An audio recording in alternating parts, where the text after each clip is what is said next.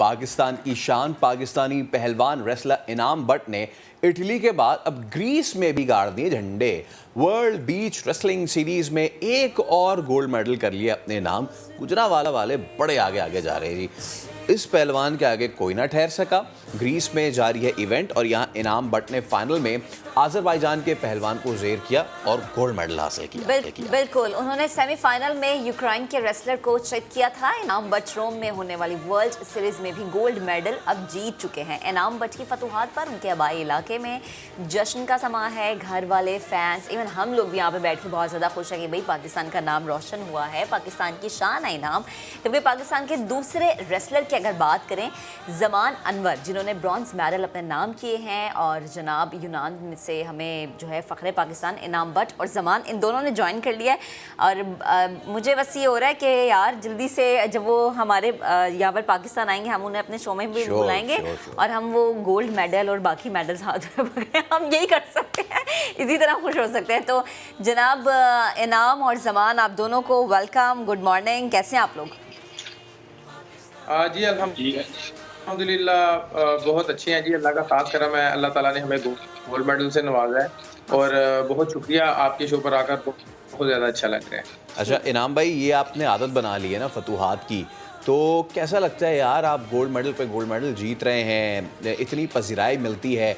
और हम हमेशा से यही बात करते हैं कि जी दीगर स्पोर्ट्स क्रिकेट के अलावा जो है वो इतनी ज़्यादा इंपॉर्टेंस नहीं उनको मिलती, लेकिन आज हम ये बात नहीं करेंगे, आज हम कोई भी नेगेटिव बात नहीं करेंगे।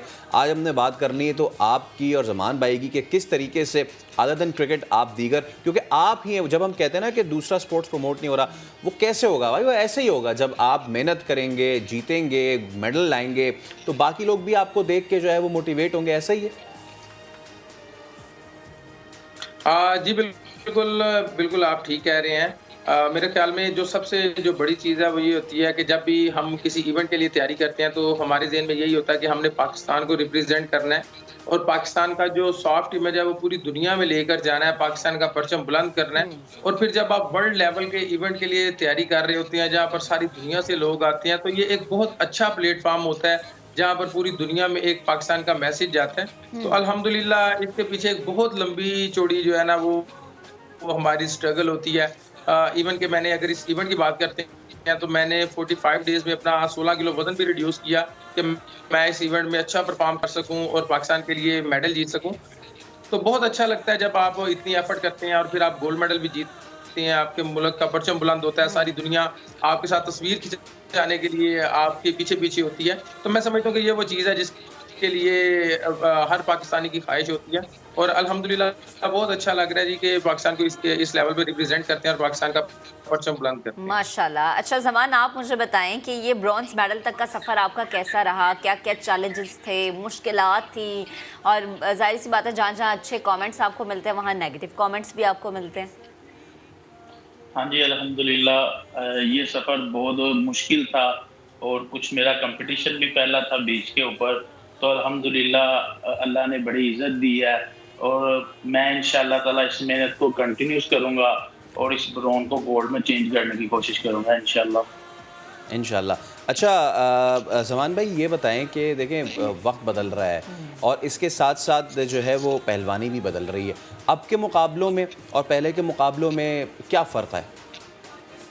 हाँ जी, ये पहलवानी तो बहुत चेंज हो गई है, अब टेक्निक बहुत ज़्यादा आ गई है, हर चीज़ को देख कर वर्क कर फिर कुश्ती करनी पड़ती है।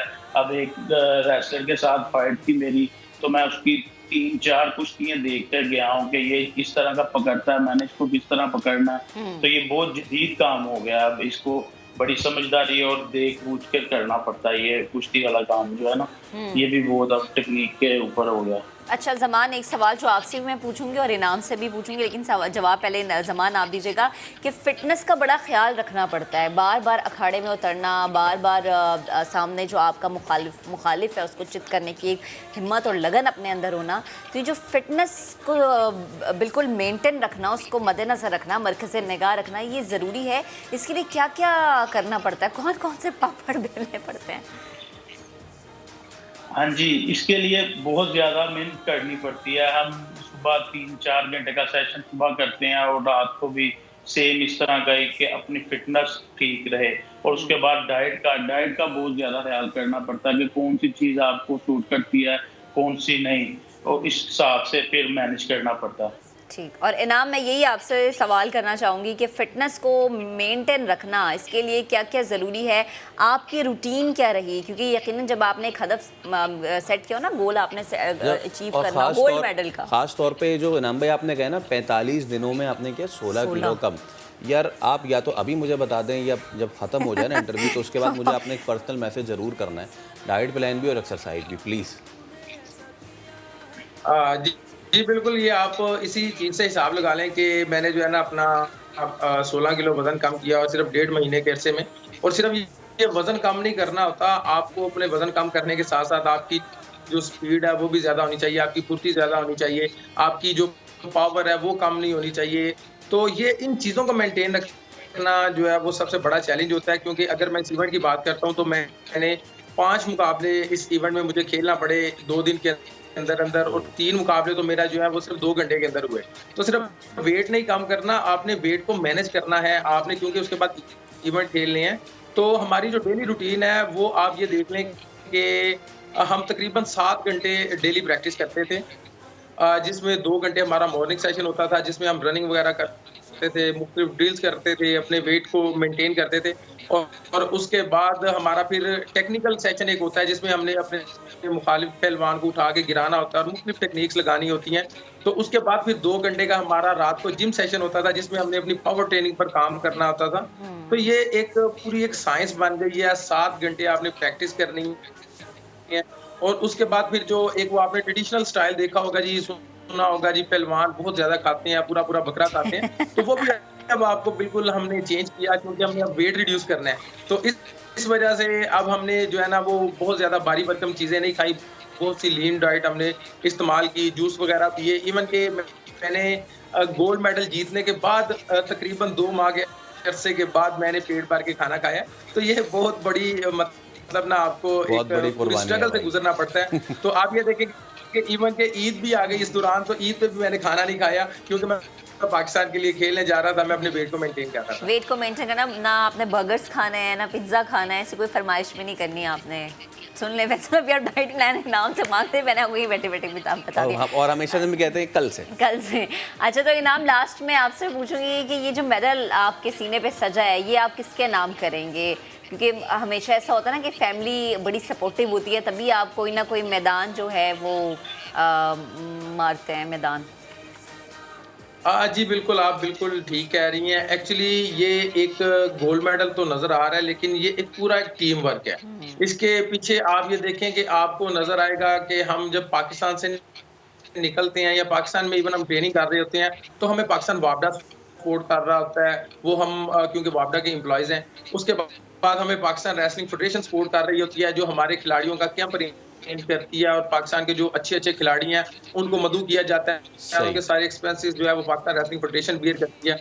उसके बाद पाकिस्तान स्पोर्ट्स बोर्ड और पंजाब स्पोर्ट्स बोर्ड के इदारे आ जाते हैं, जो हमें वहाँ पर फैसिलिटीज़ प्रोवाइड करते हैं, जो हमारे बाकी जो दीगर मामलात हैं, उनको देखते हैं। उसके बाद फिर हमारी मिनिस्ट्रीज़ इन्वॉल्व हो जाती हैं, मिनिस्ट्री ऑफ आईपीसी और फॉरेन मिनिस्ट्री, उन्होंने बहुत ज़्यादा हमें सपोर्ट किया, हमारे जो डॉक्यूमेंटेशन है और हमारे ये जो इवेंट को इस काबिल बनाने के लिए कि हम यहाँ पर पार्टिसिपेट करें।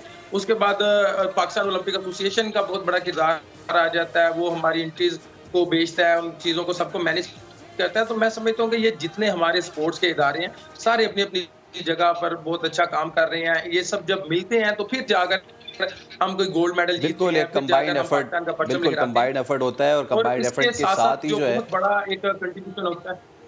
जी जी, कंबाइंड एफर्ट के साथ ही जो है वो बहुत मेडल बड़ा आता एक है। कंट्रीब्यूशन होता है। बिल्कुल, ये टीम वर्क है ना, जब तक ये टीम वर्क नहीं होगा तब तक जाहिर है कि कोई भी मैदान ना तो आप मार सकते हैं, ना ही कोई आप मेडल सीने पे सजा सकते हैं। बेहद शुक्रिया, हमारे 2 चमकते धमकते सितारे ज़मान और इनाम हमारे साथ मौजूद थे। अल्लाह ताला आपको इसी तरह से कामयाबियों से हमकनार कराए।